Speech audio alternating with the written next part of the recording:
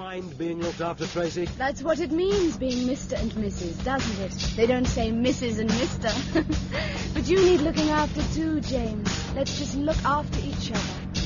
There's a red car coming up fast behind. Do you want me to lose him? No, let him go. We've got all the time in the world.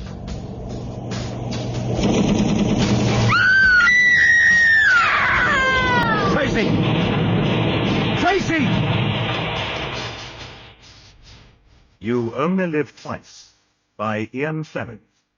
Dramatized for radio by Michael Bakewell, with Michael Jaston as James Bond and Clive Merrison as Tanaka. It's 007. He's going slowly to pieces. He's drinking too much and losing a lot of money at one of these new gambling clubs. He's on the verge of becoming a pretty serious security risk. What do you expect? Confirmed womanizer suddenly falls in love. Partly, I suspect, because the woman was a bird with a wing down and needed his help. So he marries her, and within a few hours she's shot dead by some master criminal in a mad act of vengeance. What did you say his name was? Blofeld. Ernst Stavro Blofeld. When Bond came to see me, he told me he wasn't interested in anything anymore. Not his job, not even his life. He blames himself for her death. Neither you nor I have ever had to carry a burden like that. At least I haven't. No, well, not like that, anyway. So we don't know how we'd react under it. Have you tried him on any really tough assignments in the last few months? 2. He bungled them both. On one, he nearly got himself killed. And on the other, he made a mistake that nearly killed everybody else. He never made mistakes before. Now, suddenly, he's become accident-prone. Why did you ask to see me? To confirm my own worst fears. You'll have to go. Honourable discharge. Well, isn't that a bit harsh? I've got no room in my section for a lame brain, whatever his past record. Or whatever excuses you psychologists can find for him. Pension, of course. Try to find him a job. One of the top security organizations might take him on. You're losing one of your best men. Used to be. Isn't any longer. I still can't help feeling that if he were placed in a really desperate situation, he might get himself back on the rails.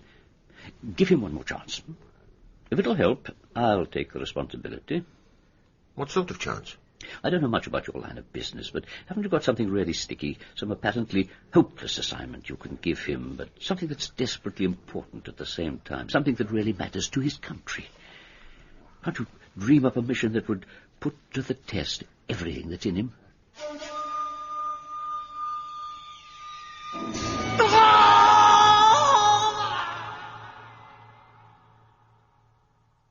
Can I refill your glass, sir? You certainly can. Thank you, sir. Thank you. Blonde hair that falls across her face, a beautifully poised walk, a very presentable bottom.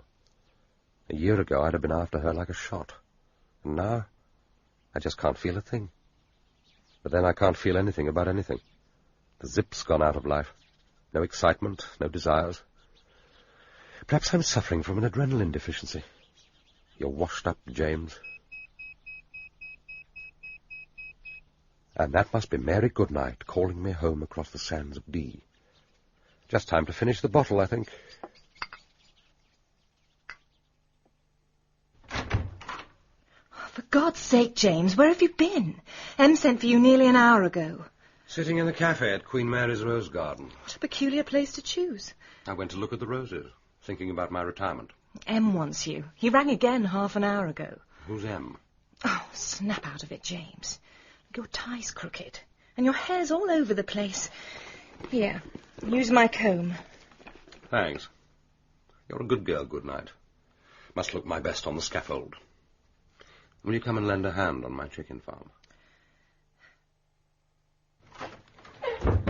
You've been taking your time. Afternoon, Miss Moneypenny. He's waiting for you. Go straight in. Good afternoon, sir. Sit down, James. You know why I've sent for you. I can guess. You can have my resignation. What the hell are you talking about? It's not your fault that the 007 section's been idle for so long. Anyway, I'm taking you out of there. Then it is all the same with you, sir. I'd still like to put in my resignation. I'm not interested in staff work, I'm afraid, sir. Who the hell do you think you're talking to? Who the devil do you think is running this show? I'm terribly sorry, sir. I thought I'd been letting the side down lately. Now listen to me, James. I'm giving you acting promotion to the diplomatic section. 4-figure number and $1,000 a year extra pay. I'll be leaving for Japan inside a week. The chief of staff is handling all the arrangements personally. It's top secret. I see, sir. There's not even a file on the case. That's how important it is. I thought you'd called me in to give me the job. Why choose me? For the simple reason that the job's impossible. Perhaps that's going a bit too far. Let's say totally improbable of success. Improbable? You're no stranger to situations like that. The only difference here is that there won't be any strong-arm stuff, none of the gunplay you pride yourself on so much. It'll just be a question of your wits and nothing else. Can you fill me in any more detail? Have to, as there's nothing written down. Do you know anything about cryptography? Only the bare bones. It's a subject I've preferred to keep clear of. Better that way in case the opposition ever got hold of me. Quite right. The point is that the Japanese have become past masters at it. They've got the right mentality for finicky problems in letters and numbers. They can crack anything. And for the last year, they've been reaching the cream of the Soviet traffic from Vladivostok and Oriental Russia. Diplomatic, naval, air force, the lot. So what's the problem? The problem is none of it's coming our way. It's all going straight to the CIA. And they're not passing it on to us? Not where the Pacific is concerned. They regard that as their private preserve. They're worried about our security. Can't blame them. I'm equally worried about theirs. But where do I come in on all this, sir? There's a man in Tokyo called Tanaka. Tiger Tanaka, head of their secret service. I can't remember what they call it, some unpronounceable Japanese rubbish. He's quite a man. First at Oxford, a formidable mind, and a highly trained war machine to the bargain. He's the chap who has control of the stuff we want. You've got to go out there and get it off him. But how on earth am I going to do that? That's your problem. So you do see why you're unlikely to succeed. He's in fief to the CIA. He probably doesn't think much of us. People don't these days. Is there anyone out there who can brief me? We don't have a station in Japan at present. You'll be working with the Australians. I'm told they've got a good man in Tokyo. Section J says so too. Anyway, that's how it is. If anyone can bring it off, you can. Care to have a go, James? Yes, sir. I'd like to have a try. Good. You'll be meeting up with an Australian chap called Richard Lovelace Henderson, generally known as Dicko. He'll give you a basic briefing on what Japan's all about. It's not all cherry blossom by any means.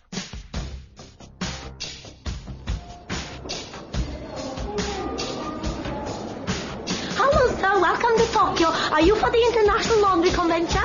No. Sorry you've been troubled. Have a nice day. Excuse me, sir. Are you here for the food processing? No. Excuse me, are you Mr. Fleming? No, I'm not. Oh, pardon me, I'm sure. I'm looking for a Mr. Fleming. God, what a place. Why do they have to make such a bloody noise about everything? If this is the mysterious East, give me Socky All Street on a wet Saturday. But I think rescue is at hand. The character who's bulging out of his shirt and sweating like a pig could very well be Dicko Henderson. Mr. Bond. Oh, glad to meet you. My name's Henderson. Heaven be praised. How did you know who I was? You're the only Tommy on the plane. Is it always like this? It's taken me best part of an hour to get one sodding suitcase through customs. What a goddamn place. Oh, that's my boy. That's the way to greet the East. I got a car outside. Sooner we get out of this adjectival madhouse, the better.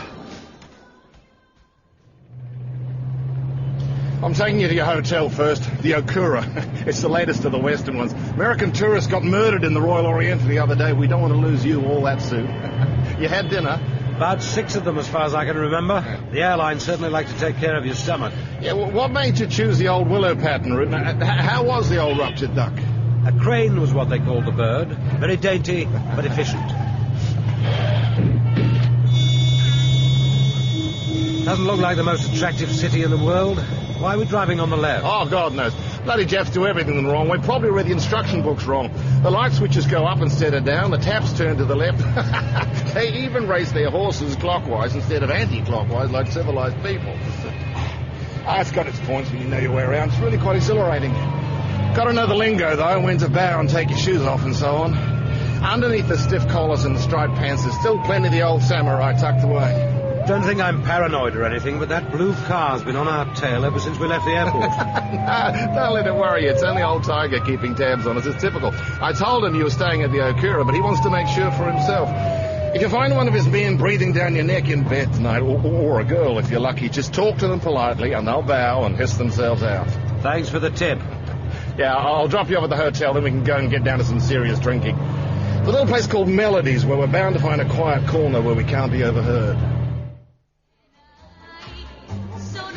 I've fixed up for you to meet Tiger tomorrow morning at 11. I'll pick you up and take you there. The Bureau of All Asia Folkways. I won't describe it to you, it'd spoil it. Hey, Chrysanthemum, can you turn that down? I can't hear myself drink. Now, I don't really know what you're here for. There's a spate of top-secret cables from Melbourne. The ambassador doesn't want to know anything about it, and I don't want to know anything either. That way, you're the only one who gets powdered bamboo in his coffee. You shove that bottle over, will you? Oh, just a minute. Oh, the damnation, sister. Bastard, the bloody bastard! Take it easy, Dicko. What's bitten you? You stupid, pommy idiot. We've been mic'd. The bloody Tanaka's mic'd us. Here, under the table. See that little wire down the leg? And you see that wingy over at the bar? That's one of Tiger's men. He dresses them all like little CIA gentlemen. Damn good mind to go over and call the bastard. Well, if we're being mic'd, all this will make sweet listening for Tanaka tomorrow. Oh, what the hell? The old bastard knows what I think of him. It's really you he wants to size up, and I don't mind if he hears me saying so. Do you hear that, Tiger? Bludger! That's the great Australian insult. You can use it any way you like, but in general it means pervert, ponce, liar and traitor with no redeeming feature. Yeah, I hope your seaweed sticks in your gullet at breakfast tomorrow when you hear what I think of you. All right, we'll put an end to this little game. Silly bastard. You ought to know we're not proposing to assassinate the Emperor. Hey, Lotus Blossom, bring us another flask of sake. Okay. I gather you want to get some high-powered gen out of Tiger without the CIA knowing anything about it, right? Well, it's going to be a dicey business. Tiger's a Korea man with a Korea mind, though on the surface he's 100% Democracy. He is a deep one. He's very deep indeed. Sake and some sun. Thanks, honey. What sort of a chap is he? Is he your enemy or your friend? Oh, both. More of a friend, probably. At least I guess so. I amuse him. His CIA pals, don't he? He looses up with me. We share in the delights of samsara, that's wine and women. Great man for the little ladies. I managed to keep him out of 2 marriages. That's the trouble with Tiger. He always wants to marry them. He's paying alimony to 3 already, so he has acquired an on with regard to me. That's an obligation. Almost as important in the Japanese way of life as face. When you have an on, you're not happy till you've discharged it. And if a man makes you a present of a salmon, you mustn't repay him with a shrimp. Got to be an equally large salmon, larger if possible. Well, Tiger's on toward me is very powerful one, very difficult to discharge.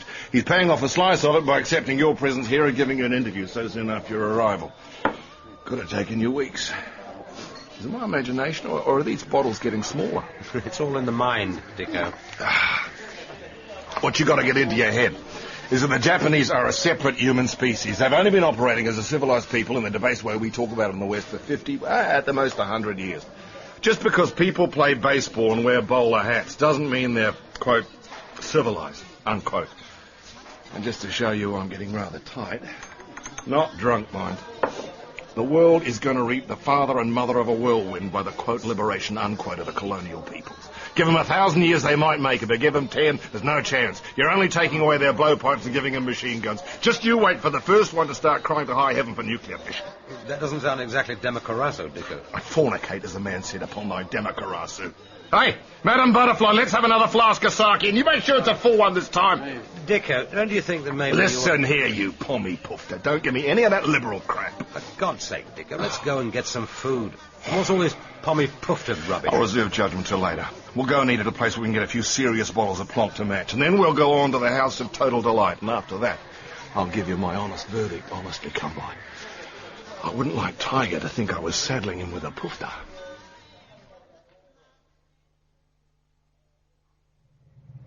Aren't we a bit early? Oh, better to give ourselves a bit of time. Tiger doesn't like to be kept waiting. Oh, boy, did I lay one on last night. You were going it a bit. Did I talk a lot of crap, or did you? Seem to recollect one of us did. You kept on calling me a pommy poofter.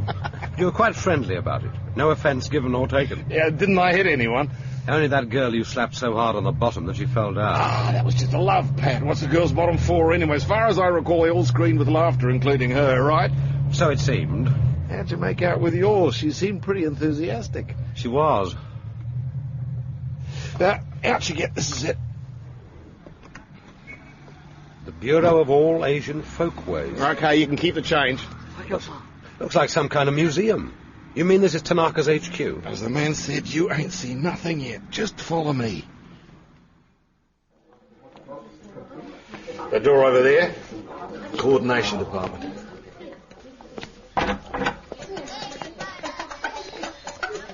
Nobody seems very concerned about us. What do they do in all these little offices? Coordinate, I guess. Through here. International relations.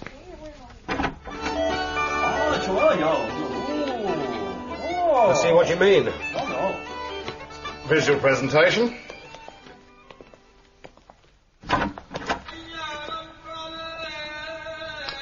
Documentation.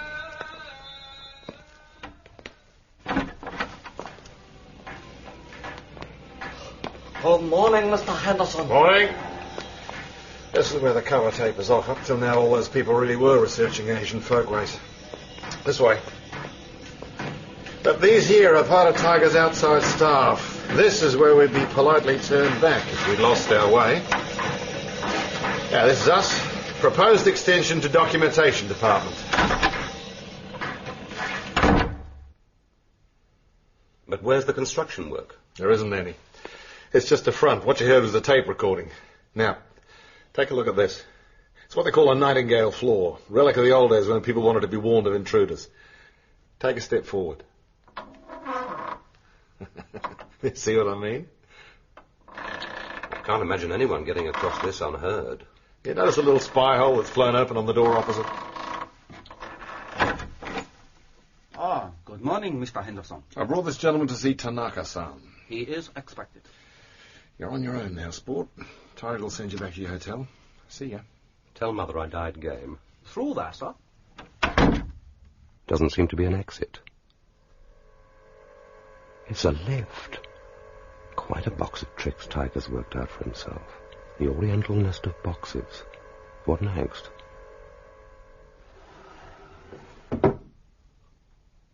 It's an underground station, but not a sign of life anywhere. A sinister-looking little chap, beckoning. This way, Commander. It doesn't seem I've got much choice but to follow. Prefabricated offices. Is there no end to all this?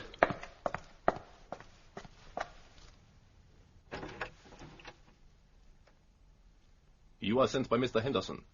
Please to come this way. Commander Bond. My dear Commander, good morning. It is a great pleasure to meet you. Come and sit down. Thank you. How do you like my offices? Rather different from your own chief's, no doubt. But the new underground will take another 10 years to complete, and there is little office space in Tokyo. It crossed my mind to make use of this disused station. It is quiet, it is private, and it costs us next to nothing. Down here we have to count our pennies. I suppose it is the same with you. Under 10 million a year doesn't go far when there's the whole world to cover. At least in the last 10 years you have saved money by cutting down your activities in this part of the world. Yes, we rely on the CIA to do our work here for us. They're most efficient and helpful.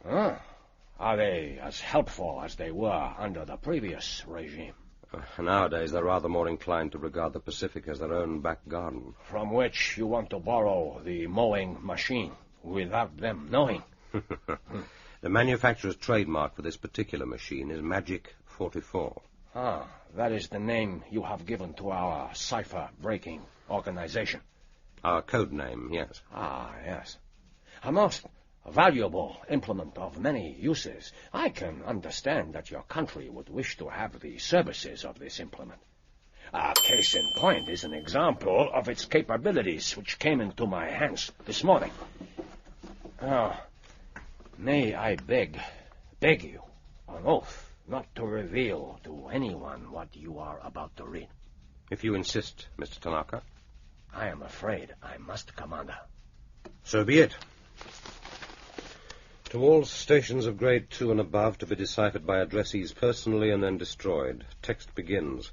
In amplification of number 1's speech to the Supreme Soviet, this confirms possession of the 200-megaton weapon and that a test firing will take place on September the 20th at high altitude in the Novaya Zemlya area. Stop.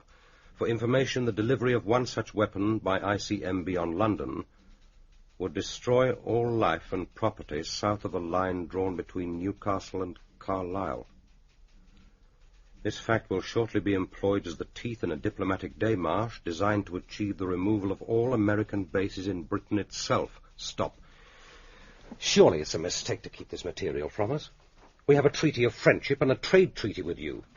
Do you not regard the withholding of this vital information as a dishonorable act? Honor is a very serious word in Japan, Commander. Well, would it not be more dishonorable to break our word to our good American friends? There is, of course, in this instance, an alternative route for this information to reach your government. But you put me on my oath. Commander, I was very happy in England before the war. Your people were very good to me. I repaid them in an unworthy fashion. I played youth and the heat of a war that I thought would bring great glory to my country. I was mistaken. We were defeated. The expiation of that dishonor is a large matter, a matter for the youth of this country. But I have my own private accounts to balance. I am in great debt to your country. This morning I have betrayed a state secret to you. I fully realize the importance of this piece of paper to Britain. You remember the contents? Exactly, I think. And you are on your honor not to communicate it elsewhere?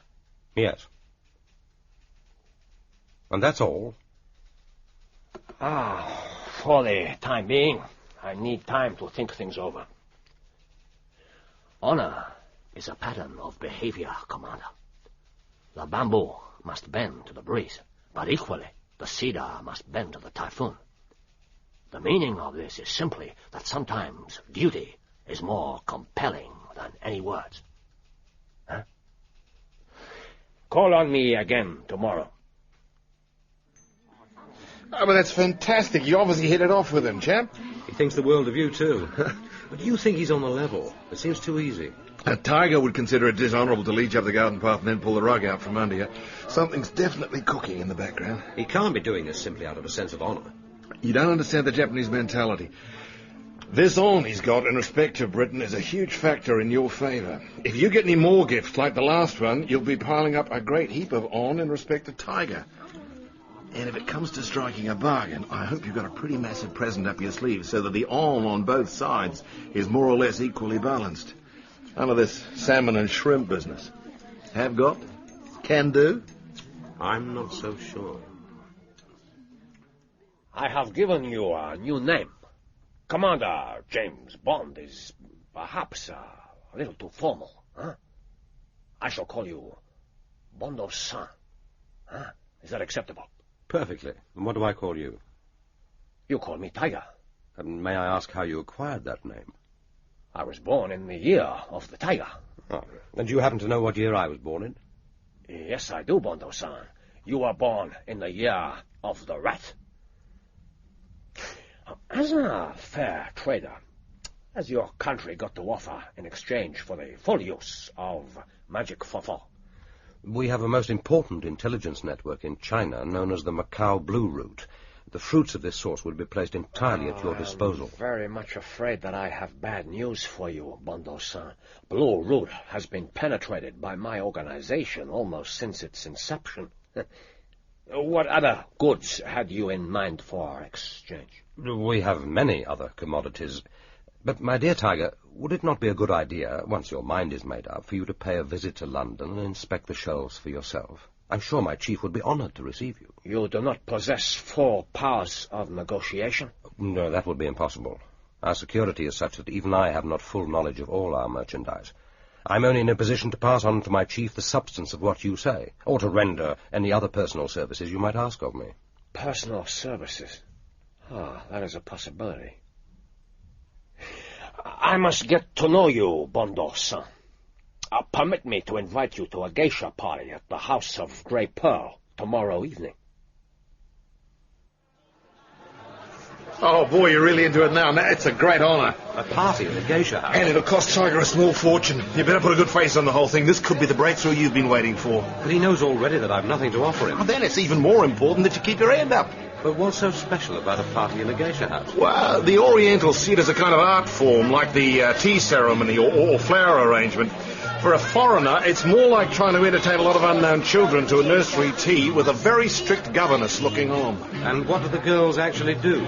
Well, the high-class ones can sing and paint and tell humorous stories and compose elaborate verses. And the ones who aren't high-class? I mean, do they actually... With a bit of luck. Tiger will probably arrange a pillow geisha for you. But you'll have to sit through a lot of chatter and play games before you get round to the real thing. Games? What sort of games? Word games, music games, games of skill like scissor, cut, paper. Oh, scissors, cut, paper, paper, wrap, stone, stone, blunt, scissors. That's it. You make a kind of hammer gesture with your closed fist twice and then show your hand on the third strike. That's right, and don't forget, the Japanese take their games very seriously indeed.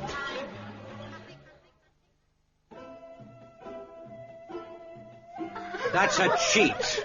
You agreed that if I won, it would be a real kiss on the mouth, Trembling Leaf, at the very least. On the mouth.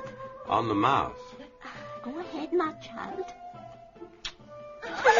Bondo-san, I will not challenge you to this ridiculous game, and I promise you in advance that you will not win.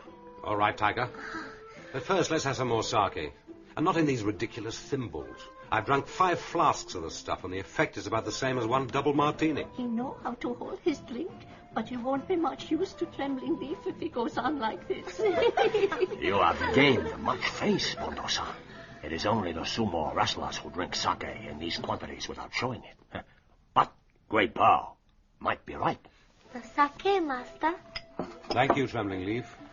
Drink deep, Bondo-san. And then we will begin. Your health, Tiger.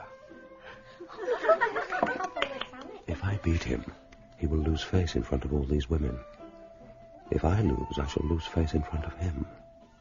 So do I play to win or lose? But it's as difficult to play to lose as to play to win. And does it really matter? 3 games of 3. Right. How? Paper, wrap, stone. Stone, bronze, scissors. I've got you. Paper, wrap, stone. First game to me. Second game. Paper. Again. Stone, bronze, scissors. Scissors, cut paper. Stone. Again. Stone, bronze, scissors. My game. 1-all. Last game. Are you ready? Fire away. Stone, blunt, scissors. Paper, wrap, stone. I drink to your victory, Bondo-san. Sake, Bondo-san. Thank you, Trembling Leaf. Your health, Tiger. And now, Trembling Leaf, it's time for you to give me another kiss. On the mouth? On the mouth. Bondo-san, I have matters to discuss with you. Will you do me the honor of coming to my house for a nightcap? Of course, Tiger. Nothing would give me greater pleasure. Good night, Trembling Leaf. Another time, perhaps. Good night, Bondo-san.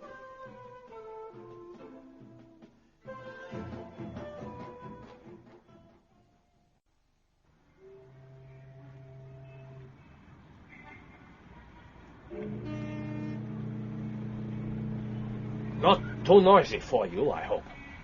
In a little while, the traffic will die away, and we will be left with the sounds of the harbor, which I find soothing.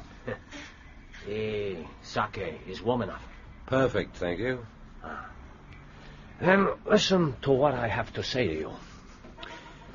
Ever since the beginning of the westernization of Japan, there have from time to time been foreigners who have come to this country and settled here. They have, for the most part, been cranks and scholars. But there is one such person who has revealed himself to be an eccentric of the most devilish nature. The man is a monster. No, you may laugh, but this man is no less than a fiend in human form. I have met many bad men in my time, Tiger, and generally they've been slightly mad. Is that the case in this instance? Oh, very much the reverse. In the opinion of our highest scholars and savants, he is a scientific research worker and collector, probably unique in the history of the world. What does he collect? He collects death. A collector of death? You mean he kills people? No, Bondo-san. It is not as simple as that. He persuades, or rather entices people to kill themselves. I had better begin at the beginning. In January of this year, there entered this country, quite legally, a gentleman by the name of Dr. Guntram Shatterhand. He was accompanied by his wife. They had Swiss passport, and the doctor described himself as a horticulturalist and botanist specializing in subtropical species. He told the authorities he was prepared to spend no less than £1 million on establishing an exotic garden or park in this country, which he would stock with a priceless collection of rare, fully grown plants and shrubs from all over the world. Quite a proposition. Well, his offer was enthusiastically accepted by the government, who, in return, granted the good doctor a 10-year residence permit, a very rare privilege. Now, the doctor took a fancy to a half-ruined castle in Kyushu, a southern island in an extremely remote corner of the coast, not far from Fukuoka, a gigantic edifice with a monumental surrounding wall, which was just what was required for the privacy of the undertaking. An additional reason for the doctor's choice of site was that the property was highly volcanic and furnished with many geysers which would provide all the year round the temperature needed for the tropical plants and trees. And what has your Dr. Shatterhand done with this castle?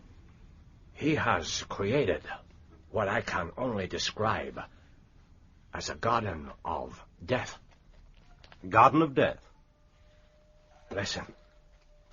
This Dr. Shatterhand has filled this famous park of his uniquely with poison vegetation. The Guyana poison tree, East Indian snakewood, yellow oleander, sandbox tree, every kind of deadly plant known to man.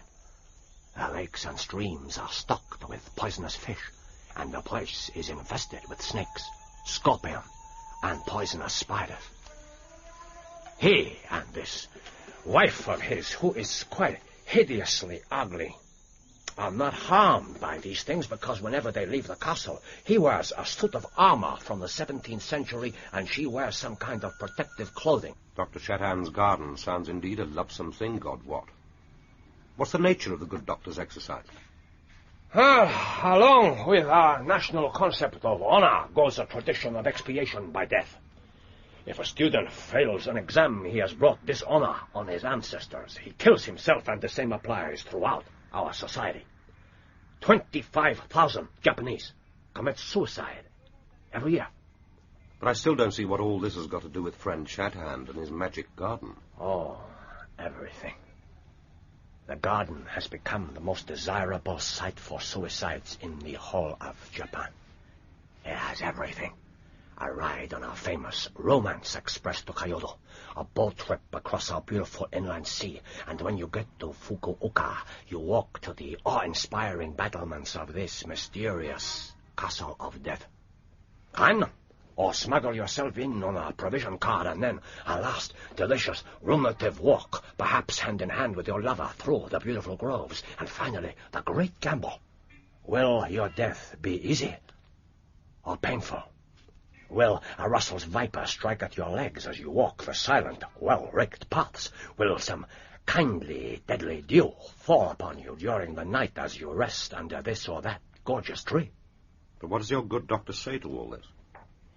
He tells everyone that he is horrified. He has erected stern notices of warning with skulls and crossbones on them. They act only as advertisements. He has even gone to the expense of flying a high helium balloon from the roof of his castle. The hanging streamers threaten trespassers with prosecution, but alas, for the doctor's precautions, the balloon serves only to beckon. Here is death. Come and get it. So, why don't you arrest him? Burn the place down. Arrest him for what? The man has done nothing wrong. Well, if anyone is to blame, it is the Japanese.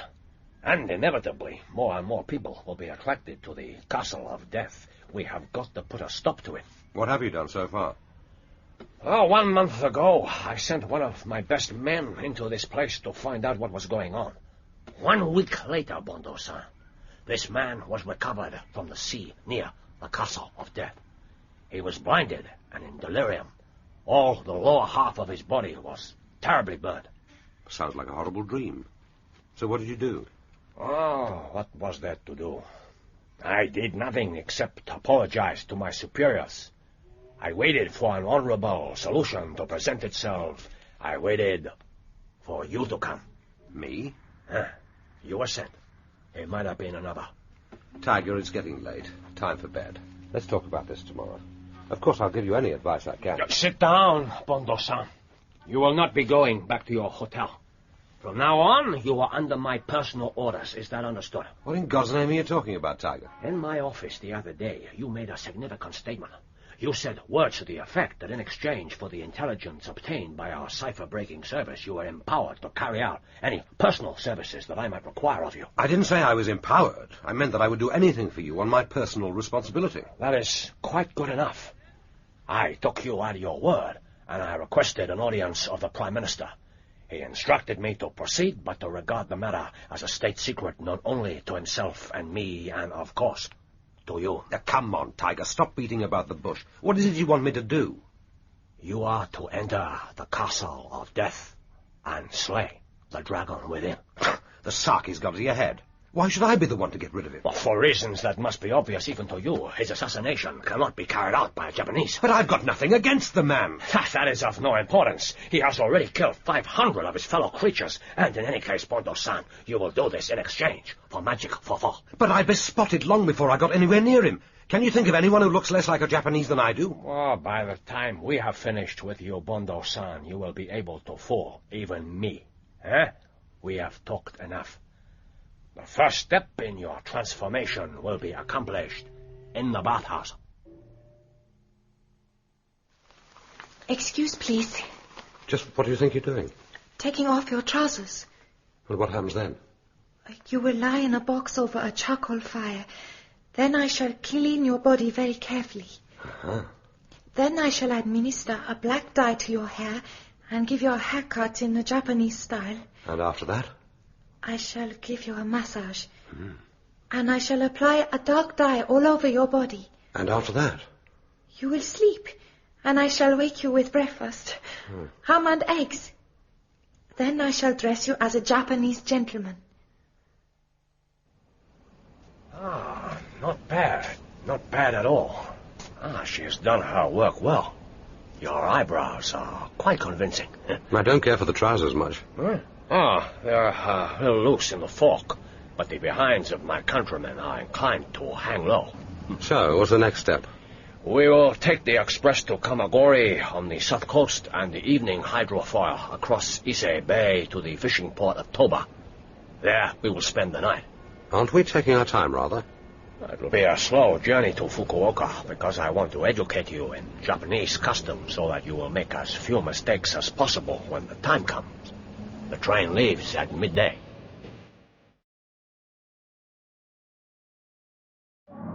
The Kamagori Express is ready to leave. Please close all doors and stand clear, please. Lesson number 1, Bondo-san. Never make way for women. Trample them underfoot if necessary. Women have no priority in this country. Yes, master. And do not make Western-style jokes when you are my pupil. Now, let us go and get something to eat and drink in the buffet car. Oh, that Suntory who forced on me last night is crying out for the skin of the dog that bit me. The hair, Tiger. One hair would not be enough. I need the whole skin.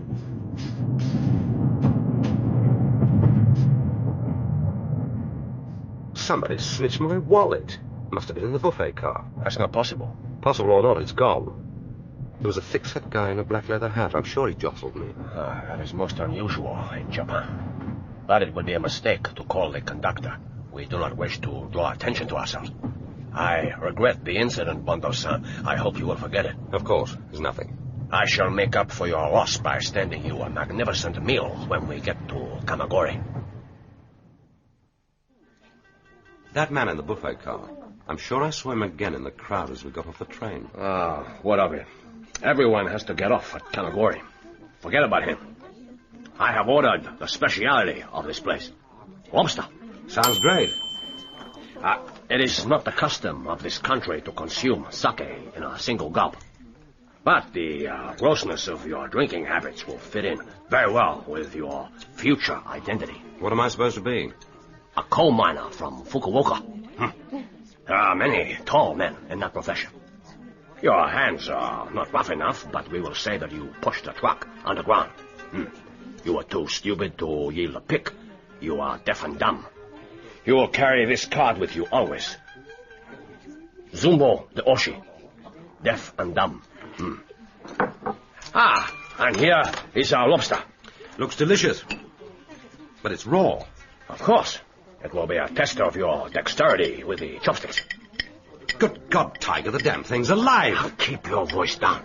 Really, Bondo-san, you are a great disappointment to me. This is a very great Japanese delicacy. Eat it up without being squeamish. Forgive me. Simply crossed my mind that honorable Japanese lobster might not like being eaten alive.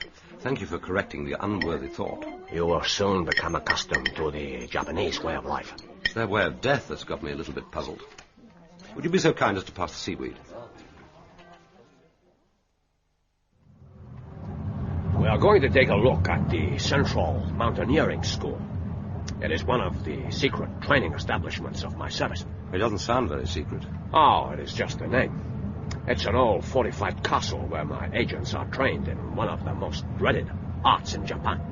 Ninjutsu, the art of stealth or invisibility. You will see men walk across the surface of water, walk up walls and across ceilings, and many other tricks besides. I think you may learn something from this place. I'm sure I shall. I have never approved of agents carrying guns and other obvious weapons.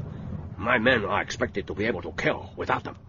All they may carry is a staff and a length of thin chain which can easily be explained away if they are caught. You understand? Tiger, we've been following this road for at least 10 minutes, and all that time there's been a motorcyclist on our tail. Have you noticed? Oh, he is perhaps a speed cop. If he is anyone else, he has chosen a bad time and place. When we reach the castle, I will send a detachment of my men out in search of him. They will certainly track him down.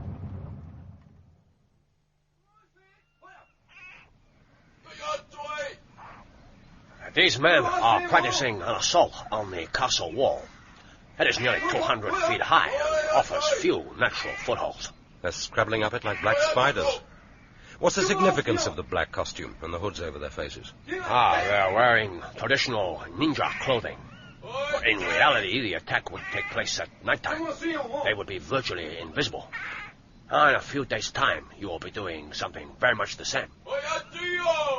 The man on the end is the weakest of the team. You can see how awkward he is. Poor bugger. It is of no account. The instructor would have failed him anyway.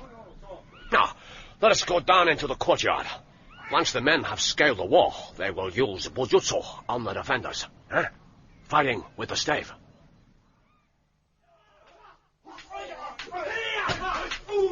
Those sticks certainly carry a god almighty thwack. I wouldn't like to be on the receiving end.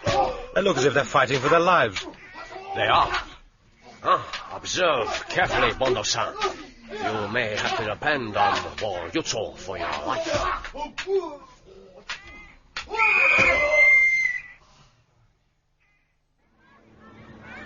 Anybody would think they were seeing their relatives off before crossing the Atlantic instead of a pleasure trip.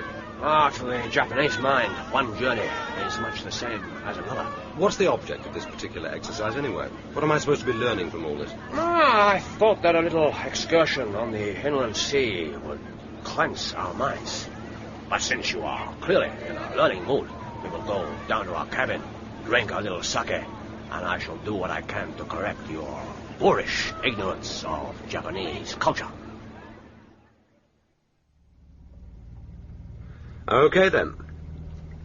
Ready for culture. Far away. What do you know about Basho? Nothing whatsoever. Sounds fascinating. What is it? Oh, not an it of any sort. Basho was a great classical poet who lived in the 17th century. He perfected the form of the haiku. It is a verse of 17 syllables. For instance, in the bitter radish that bites into me, I feel the autumn wind. Does not that say anything to you? Well... Oh, this. In the fisherman's hut, mingle with dried shrimp, crickets are chirping. I can't quite get the hang of that one. Do you not catch the still life quality of these verses? The flash of insight into nature? Now, do me a favor, Bondo-san. Make a haiku for me yourself. I'm sure you could get the hang of it. After all, you must have had some education. Mostly in Latin and Greek. But give me time to think about it. And pour me another glass of sake. It might give me inspiration.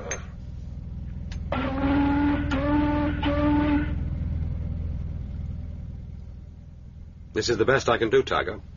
Read it to me. You only live twice. Once when you were born, and once when you look death in the face. That is excellent, Bondo-san. Too many syllables, but a most honorable attempt. Most sincere. You are thinking, perhaps, of your mission. Perhaps. Is it weighing on your mind? The practical difficulties are bound to do so. I've swallowed the moral principles involved. Things being as they are, I have to accept that the end justifies the means, even killing in cold blood. Then you are not concerned for your own safety? Not particularly. I've had worse jobs to do. You do not appear to value your life as highly as most Westerners. Is there a reason for that? Not that I can think of. But no more of your Japanese brainwashing. Pass me the sake, and tell me what happens next. Tomorrow you are to leave the nest. But first we shall drive out to Fukuoka to talk to the chief of police. What kind of man is he? Who? Your chief of police at Fukuoka.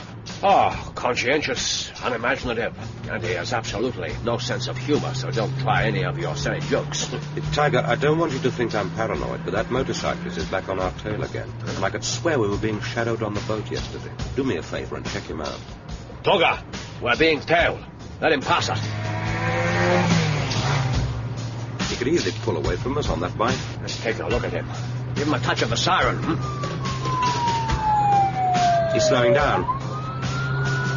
Look out, Tiger, he's got a gun. The man's got a gun. Get him! Smart work. You train your men to jump out of moving cars. Pity he had to kill him. He had no choice. Let's take a look at him.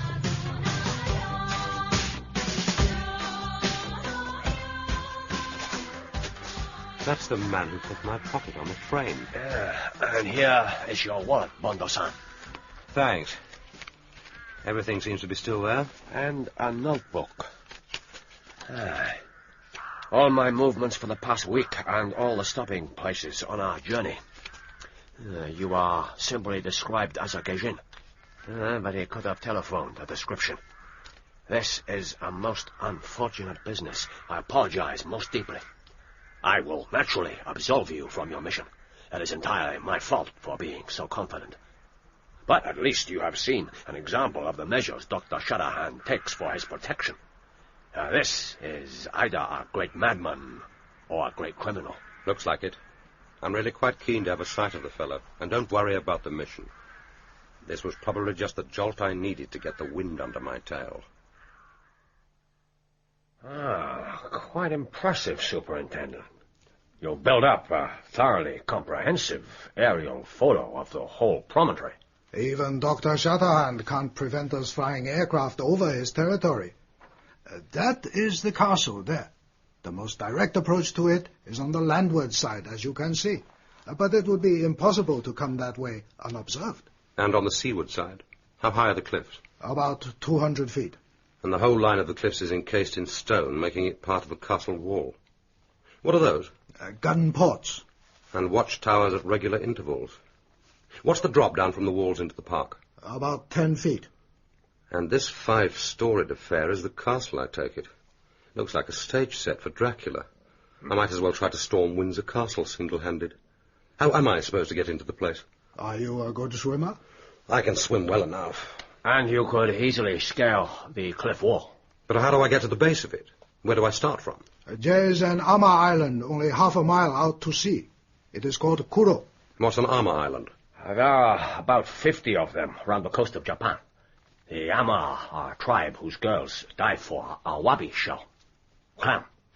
They are great delicacy. The girl dives naked. Some of them are very beautiful, but they keep themselves very much to themselves, and visitors are discouraged. It all sounds quite intriguing. But if they're that cagey about visitors... The superintendent is distantly related to a family on Kuro, a most interesting family. They have a daughter. Her name is Kissy Suzuki. Kissy? She was quite a celebrity. When she was 17, she was asked to go out to Hollywood. They wanted a Japanese diving girl of great beauty. She made the film, but she hated Hollywood. She could have made a fortune, but she chose to return to this obscure island. The press called her the Japanese Gabo. Now she is 23, and everyone has forgotten about her. I have arranged for you to stay with the family. The Shinto priest who rules the island will see that you are accepted by the community.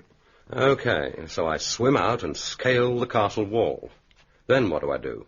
You hide in the grounds and wait for an opportunity to kill the doctor. As I told you, he goes about in armor.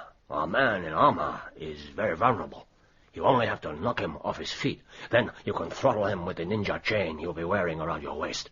If his wife is with him, you will throttle her too. She is certainly involved in this business, and anyway, she is too ugly to live. Then you will escape over the wall and swim back to Kuro. It all sounds very simple. What about the poisonous plants and reptiles and such? I don't want to be blinded or go mad. The ninja clothing will give you complete protection, and swimming goggles will protect your eyes. My dear Tiger, you've thought of everything. But I'd much rather have a little gun. Oh, that would be crazy, Bondo-san. You know perfectly well that silence will be essential. No, my friend, use ninjutsu. It is the surest way of eliminating Dr. Shatterhand. Have you got a photograph of this chap's face?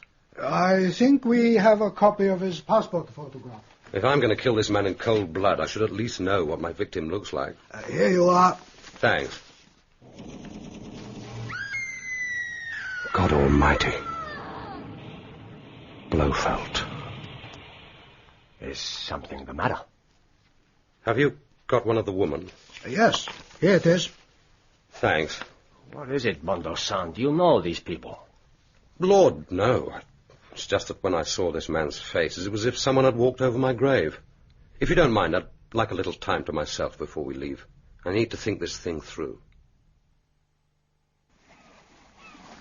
Blofeld. It's a private matter now. Nothing to do with Magic 44 or Tanaka. It is a matter of Blofeld and me.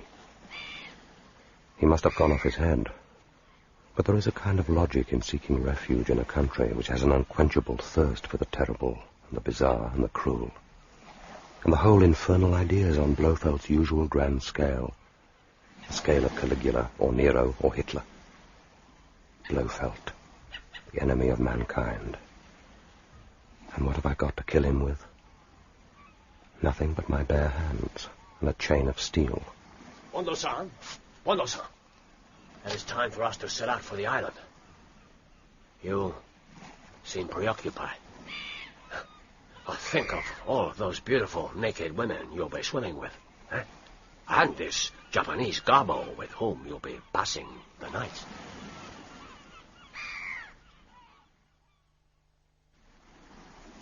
I have spoken to the priest. There will be no difficulty. The village elders will be told that you are a famous gaijin anthropologist who has come to study the Ama way of life. You are requested to behave in a sincere manner. Which means you are not to go to bed with the girls. Your name will be Taro Todoroki. Taro means first son, and Todoroki thunder. The priest is not interested in your real name. And now it is time to go down to the jetty. The boats will be coming in. Everyone goes to meet them and wrap the girls in hot blankets. It is quite a ritual.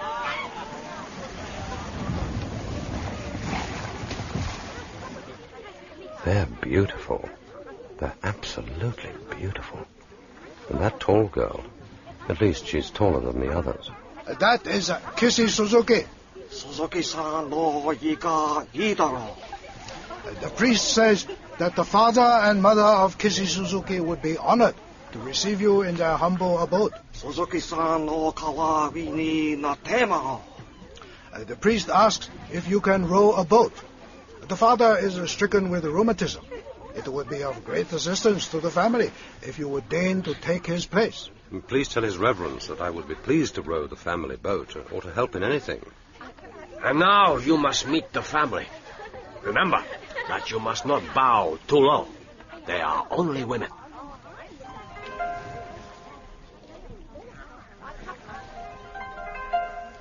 My name is Kissy Suzuki.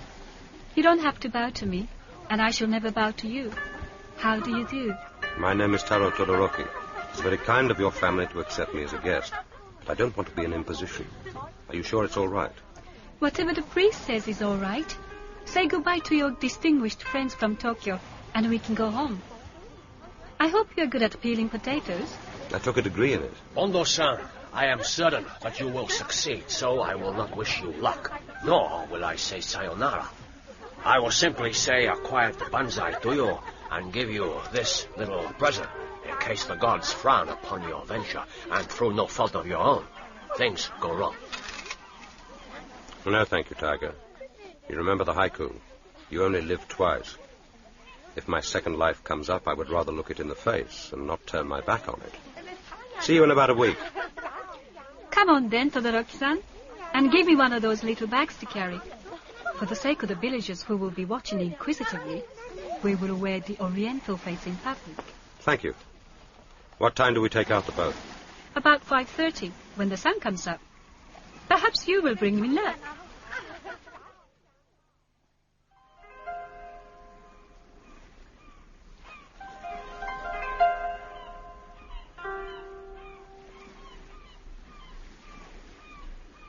Good morning, Kissy. A beautiful day for fishing. You have slept well? Like the dead. What's that extraordinary thing you're wearing? This is ceremonial dress for diving, in the presence of important strangers. The priest instructed me to wear it in your company. As a mark of respect, of course. I don't believe a word of it, Kissy. The truth of the matter is that you consider that your nakedness might arouse dishonorable thoughts in my impious Western mind. That is a most unworthy suspicion. However, I accept the delicacy of your respect of my susceptibilities. And now, let's get going. We'll beat the Awabi record today. How many should we aim at? 50 would be good. 100 would be wonderful. But above all, you must row well and not let me down. And you must be kind to David. Who's David? Wait till we get to the boat. Looks a pretty solid boat. It has to be. Lower the rope and the tub. Where's this David? You see. A fishing cormorant. He doesn't seem to like the look of me. I found him as a baby. He had oil on his wings, and I creamed him and put the ring around his throat. He can swallow small fish, but the big ones he brings to the surface in his beak. He hands them over quite willingly. He swims by my side and keeps me company. It can be very lonely down there, particularly when the sea is dark. So, this is David. Yes, I named him after the only man I liked in Hollywood. He was called David Niven. You have heard of him? Of course. I shall enjoy tossing him a scrap or two of fish in exchange for the pleasure he has given me in his other incarnation.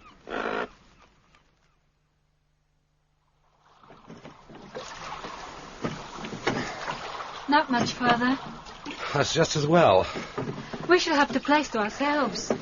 The seaweed is thick on the rocks down there. And that is what the Arby feed on.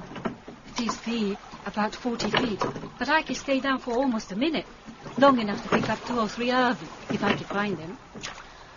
Now we are there. Stop rowing. The rope goes around my waist. Now keep it taut. And you feel me tug? Pull me up quickly. Go on then, David. You have to look after him when he comes to the surface. Right. Pass me the goggles. No!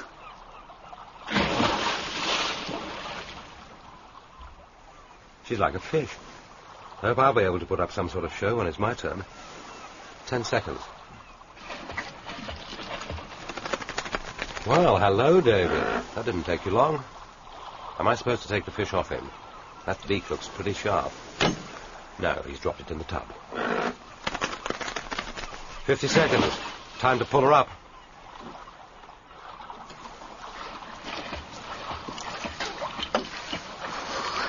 True. Great fat ones. There are lots of them down there.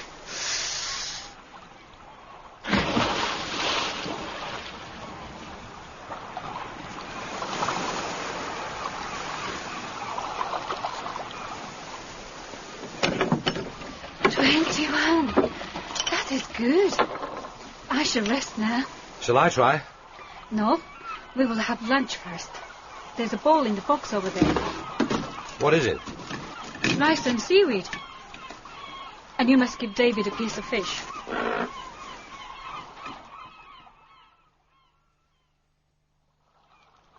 Kissy, do you know anything about the castle on the headland? We never talk of it. It is almost a forbidden subject on Kuro. It is as if hell had suddenly opened its mouth half a mile away across the sea. We believe the devil himself has come to live over there. The elders say that he is the incarnation of all the evil in the West. Do they now? And there is already a legend that has grown up on the island. It is that our Jizo guardian will send a man from across the sea to slay this king of death, as we call him. Who are these guardians? On the other side of the island, on the foreshore, there are 5 statues. They are rather frightening to see. They have rough bodies of stone and round stones for heads. They were put there centuries ago by our ancestors. They sit on a line of low tide, and as the tide comes up, it covers them completely, and they keep watch under the surface of the sea and protect us. And this story of the man from across the sea, where did it come from? Who knows? Now give me your watch. It is time for you to see for yourself what it is like diving for awabi. Oh, I feel as if I'd been beaten with a wooden truncheon. I ache everywhere it's possible to ache. We caught 65 awabi. That is very good. Little thanks to me. Too much sake and too many cigarettes. You caught 10. That is very good for a beginner. Ah! What's the matter? A cramp. A cramp in my stomach. Oh, quickly, take off your shorts. What? And lie face down on the ground. What are you going to do? I'm going to walk over your back. Lie still. Ah! Does that help? Are the cramps going? Yes, I think so. Good. When I have finished, I shall give you a hot bath, and then you will have a very early night. Oh.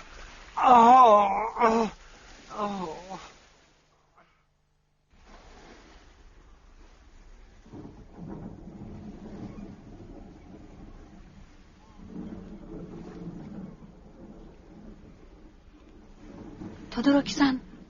Todoroki-san. What is it? Is it time to go fishing already?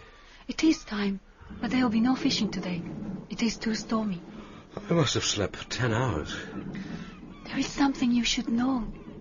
The priest came last night to say that the people came here yesterday on the boat from the mainland. They asked many questions. What about? They wanted to know about the visit of the men from Tokyo. They said they were guards from the castle, and it was their duty to prevent trespassers. They said that 3 men came out to Kuro, and only 2 returned. And what were they told? The priest told them that one of the visitors had been taken ill, and had perhaps lain down in a boat on the journey back. The crafty old devil. Have the guards gone back? The priest sent a boy up to the high place on the island, which looks down on the castle. The boat returned there. I see. Todoroki-san, I have a feeling of much friendship for you. I feel that there are secret things between the priest and you, and that they concern the castle. I think you should tell me enough to put me out of my unhappiness. You are very beautiful and kind, Kissy. Lead me up to the high place from which I can see the castle, and I will tell you what I can. I was going to anyway, for I'm going to need your help.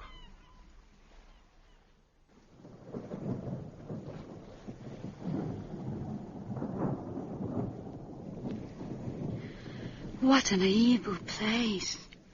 I have never been here before. The people of the island have no wish to see what happens in the castle. They are frightened. I don't blame them. The castle looks like something out of a nightmare. And the garden. And what are those strange pits where the steam is rising? Those must be the fumaroles. What are they? Holes where sulphur bubbles up out of the earth. The smell is foul, even from here. Kissy, tonight I have to swim out to that castle and climb the wall and get inside. You are the man from across the sea who has come to destroy the dragon from the west. Yes, Kissy, I am. But why have you been chosen? Why should it not be a Japanese? Because it is better that this man is killed by someone from the west. It will cause less trouble for the state if the whole matter is presented as being trouble between foreigners. And after, will you come back and be my boatman again? For a time. And then I must go back to England. No, I believe that you will stay for a long time on Kuro. Why do you believe that? Because I prayed for it at the shrine. And I have never asked for such a big thing before. I'm sure it will be granted. I shall be swimming with you tonight. No, Kissy. It's too dangerous. You will need a company in the dark, and I know the currents. You will not get there without me. Now, it is time for us to see the guardians. The tide is running out, and they will want to inspect you.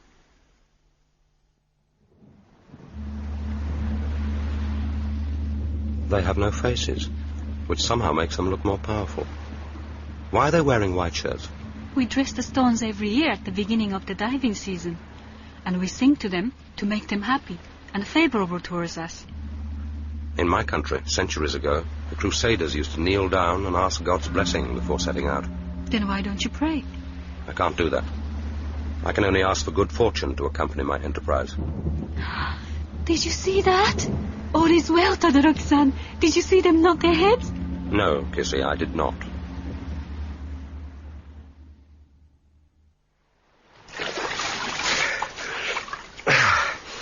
This is close enough to the foot of the castle wall. I'm going to hide the flippers in this crack just above the high water mark. And now I must start my climb. But would you be seen by the guards? I don't imagine that the guards patrol the grounds at night. They need to give the suicides free entry. And now, you must leave me, Kissy. Look for me in a day or two. I shall look for you every day, Todoroki-san. Goodbye.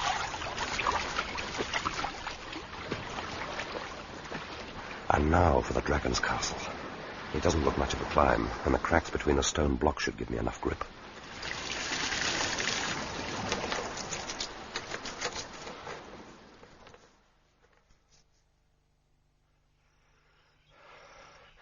A flight of steps leading down into the garden from the gunport. Come into the garden, Maud, for the black bat night hath flown. God knows what kind of bats Blofeld has in his garden. Vampires, probably. It smells sickly sweet. The smell of death. And the bubbling noise must be the fumaroles. Thank God there's a moon. What I need is a hideout. Somewhere I can use as a base camp. A snake. What are the snakes that really go for man? It's like playing Russian roulette, with all the chambers loaded. A lean-to shed. Just that job. And full of gardener's tools. Pull these sacks forward. It's quite a handy hiding place. It might give me shelter for an hour or two at least. But first I'd better take a turn round the estate.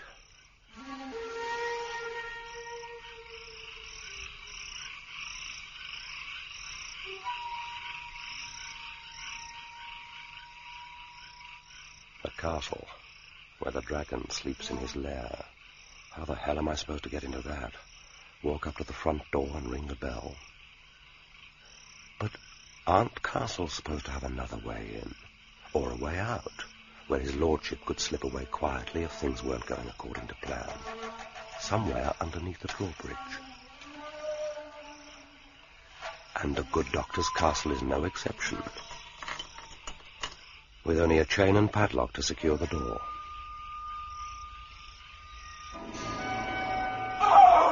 What the hell's that? It's over by the lake. God almighty. His head's swollen up like a pumpkin, poisoned by one of Blofeld's pretty shrubs. He's making for the lake. God, no. Piranha fish. Hundreds of them. The doctor's banquet of death. Why don't the Japanese Air Force come and bomb this place into eternity? Set the whole place ablaze with napalm. Why do I have to do the job with my own bare hands? Don't you want to kill him? Don't you want to avenge Tracy? Snap out of it. Get back to the hut and wait until dawn.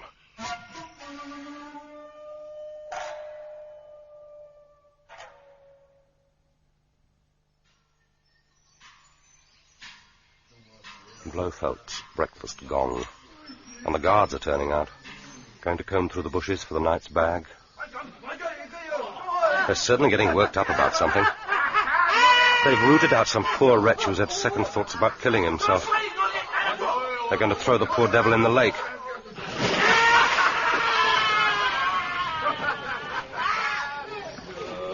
Oh, no! What's so amusing? Only some poor peasant who did not want to die, my lord. I hope you changed his mind. Carry on with your duties. Blofeld, a knight in shining armor, like something out of a kabuki play. I could make a quick dash and pitch him into his own lake. I wonder if the piranhas could get through the chinks in his chainmail. The fish make tidy housekeepers. And the dumpy creature with a beekeeper's veil and rubber boots must be Irma Bunt, Blofeld's consort. The woman who helped him kill Tracy. And the sea and the sharks see to the rest. The sharks don't always complete the job. That spy we put through the question room was almost intact when they found his body down the coast. Oh? The lake would have been a better place for him. We don't want that policeman from Fukuoka coming here too often. Kono tells me there are already mutterings in the papers about a public inquiry into our activities here. What shall we do then, lieber Ernst? We shall obtain massive compensation and move on. The same pattern can be repeated in other countries. Everywhere there are people who want to kill themselves. But the figures would be much smaller. It is the concept that matters, lieber Irma. It is very difficult to invent something that is entirely new in the history of the world. And I have done that. That is true. You have built a shrine to death forevermore. It is as if one of the great fairy tales come to life. A sort of Disneyland of death. A what? On an altogether grander, more poetic scale, of course. One day I shall write the whole story down, and then perhaps the world will acknowledge the type of man who has been living amongst them. A man not only unhonored and unsung, but a man who they hunt down and wish to shoot like a dog. A man who has to use all his wiles just to stay alive. He's mad. Stark staring mad. If I had not covered my tracks so well, there'd be spies on their way here even now to hand us over for official murder under their stupid laws. Or to kill us out of hand. I'll kill you in your sleep if I have to. That hut there. The door is open. God almighty. I have told the men 1,000 times to keep such places locked. It is a perfect refuge for a spy or a fugitive. I will make sure. Take care, Ernst. Nothing is a match for a samurai sword.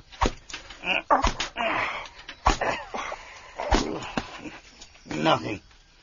But remind me to reprimand Kono, and to make sure a proper lock is fitted.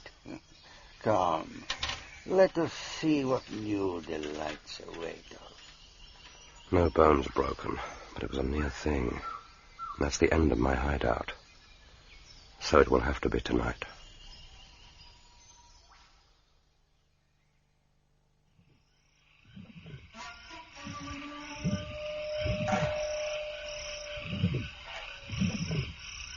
9 o'clock.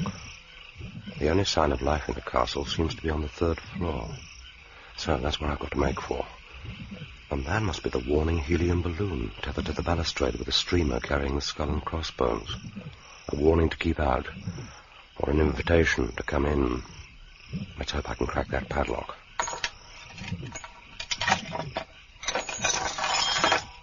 Not much difficulty there, and no bolts on the other side.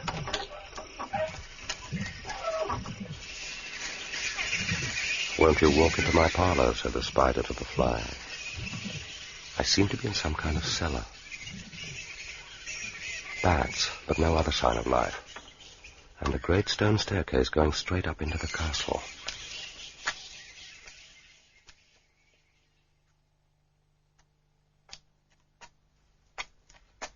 "62 steps and a wide double door. I must be on the main floor by now. And the door looks pretty worn. No light on the other side. A quick twist with a jemmy and that room across the hall with the light shining through must be the dragon's lair. The Ride of the Valkyries. Thank you, Blofeld. Even if there's a nightingale floor between me and you, no one will hear with all that racket going on.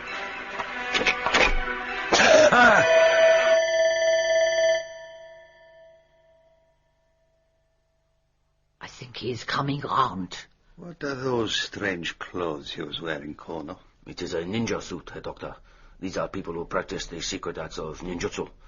These people used to be much feared in Japan. This man has undoubtedly been sent to assassinate you, my lord. But for the trap in the passage, he might well have succeeded. Du lieber Gott. It cannot be. What is it, my dear? The scar down the right cheek. The eyebrows have been shaved to give an oriental look. But I am sure it is him. What do you mean? This is the English agent, James Bond. The man whose wife you killed. I swear it. You have got to believe me. I certainly see a resemblance, but how has he got here? How has he found me? Who sent him? The Japanese Secret Service. I cannot believe it. If that was so, they would have come with warrants to arrest me. We must proceed with great circumspection and extract the whole truth from this man. Yeah. First, we must find out if he is truly deaf and dumb. Kono, take this man to the question room. Aye. A disgusting stench of sulphur. A large clock with the quarters underlined in red, and a stone pedestal seat with a hole in it, which it seems I'm to sit on. No instruments of torture, and high up in the ceiling above me an opening through which I can see the stars. Commander Bond, or 007... I made a dash for it. I might just get my hands round his throat. You are now sitting directly above a geyser that throws mud at a heat of 1,000 degrees centigrade, a distance of approximately 100 feet into the air. Your body is now 50 feet above its source. The geyser erupts at exactly each 15th minute in each hour. You will therefore observe that you have exactly 4 minutes before the next eruption. If you are a deaf and dumb Japanese, as you maintain, you will not move from that chair, and at the 15th minute past 11, you will suffer a most dreadful death by the incineration of your lower body. You prefer not to give up the play acting? Very well. On the off chance that your papers may perhaps be partially correct, my guard will now repeat what I have said in Japanese. Not a very attractive proposition on the face of it. There's a small wooden box by the side of my throne. It must be the regulating valve for the geyser. It might come in useful somewhere. But not now. 11:14. Time to move, unless you want to flush of volcanic mud up your backside, James.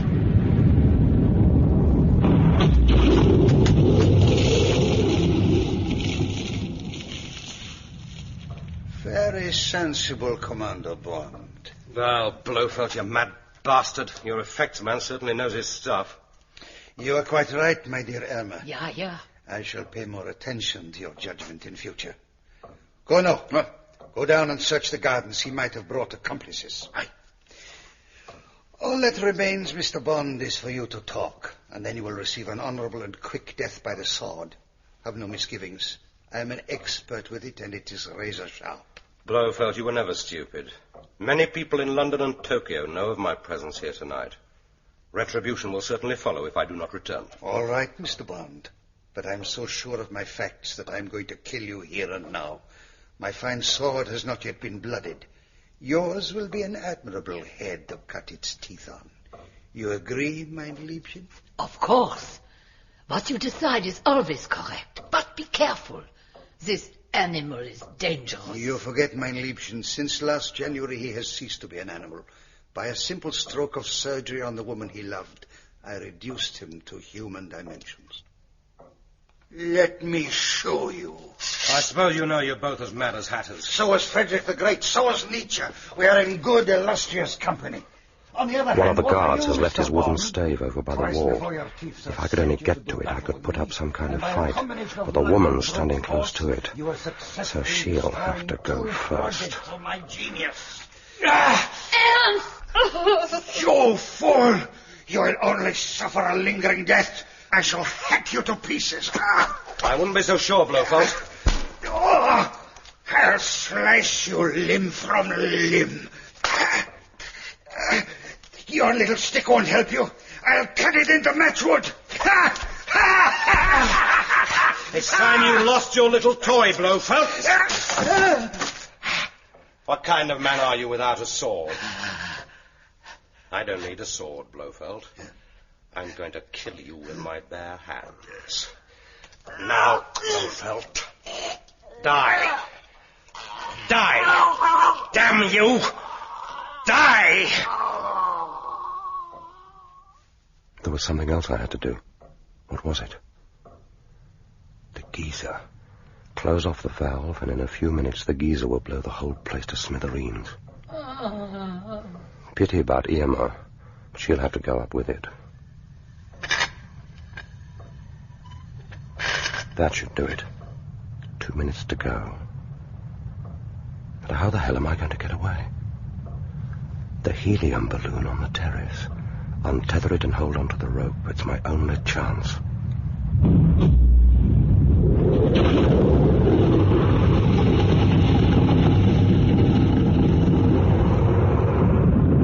only live twice. Once when you were born, and once when you look death in the face.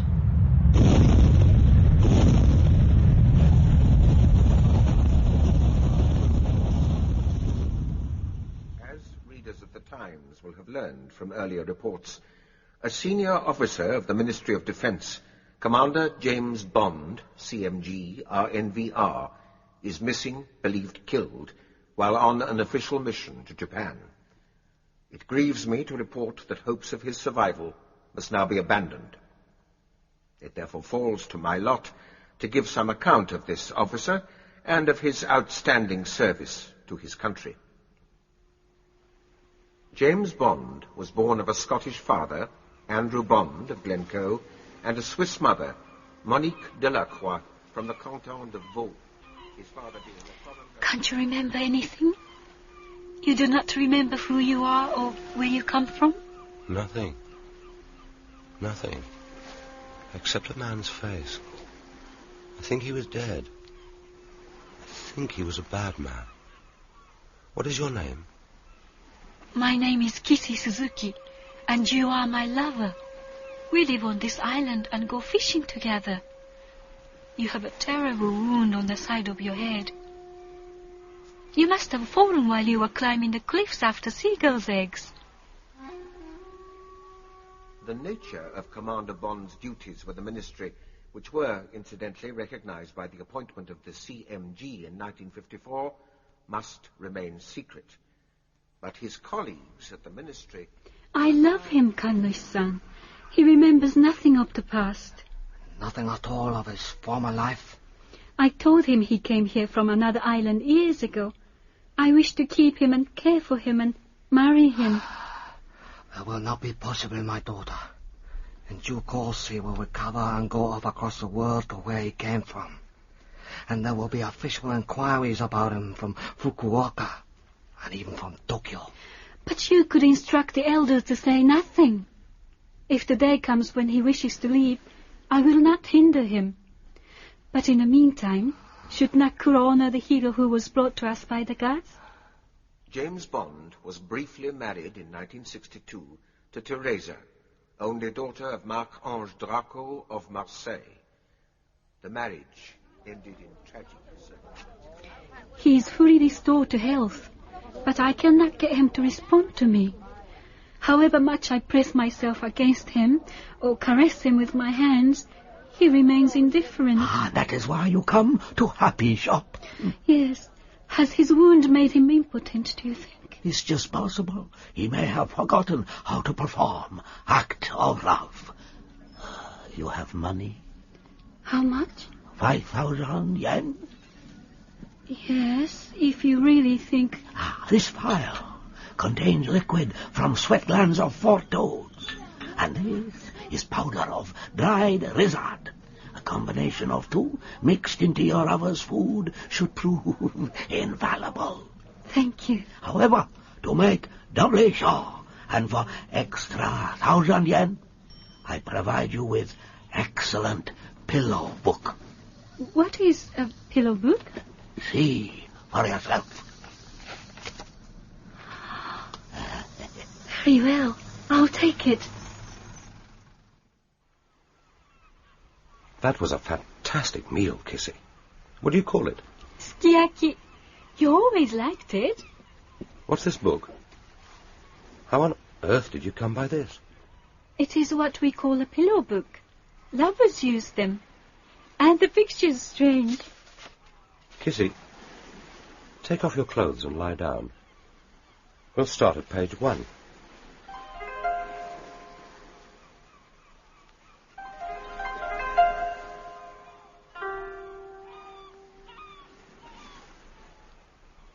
Vladivostok. What did you say? Vladivostok.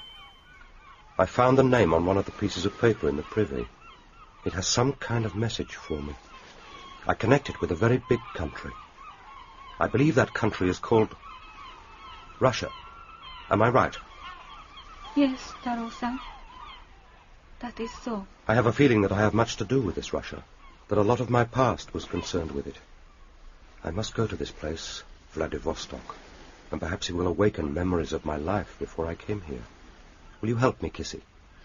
Yes, I will help you, Taro-san. But you must take care, for the Russians are not friendly people. Surely they would not harm a fisherman from Kuro. Soon I must go there. But let us go down to the boat and find David. It is a wonderful day for fishing. Vladivostok.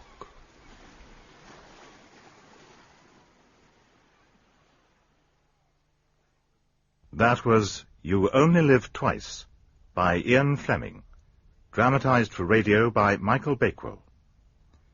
The part of James Bond was played by Michael Jaston and Tanaka by Clive Merrison.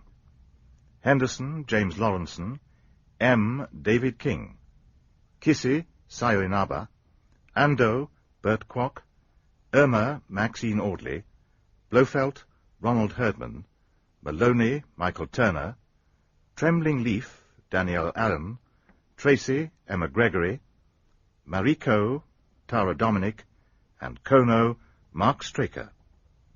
Other parts were played by the Radio Drama Company. Technical presentation by Tim Sturgeon, Anne Bunting, and Alison Carter. The play was directed by Michael Bakewell.